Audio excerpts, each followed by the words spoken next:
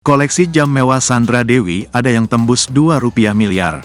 Nama artis Sandra Dewi kini tengah menjadi perhatian publik usai suaminya, Harvey Moise, terjerat kasus korupsi timah. Diketahui, Harvey Moise telah ditetapkan sebagai tersangka ke-16 dalam kasus korupsi tata niaga komoditas timah wilayah izin usaha pertambangan, IUP, PT Timah. Terkait kasus korupsi tersebut, negara pun mengalami kerugian hingga Rp271 triliun. Koleksi jam tangan mewah dari Sandra Dewi dan Helena Lim pun turut menyita perhatian publik. Dilansir dari akun Instagram @fashion.sandra.dewi, Sandra Dewi terlihat pernah mengenakan jam tangan bermerek Richard Mille RM037 Automatic Winding. Jam tersebut rupanya memiliki harga yang fantastis.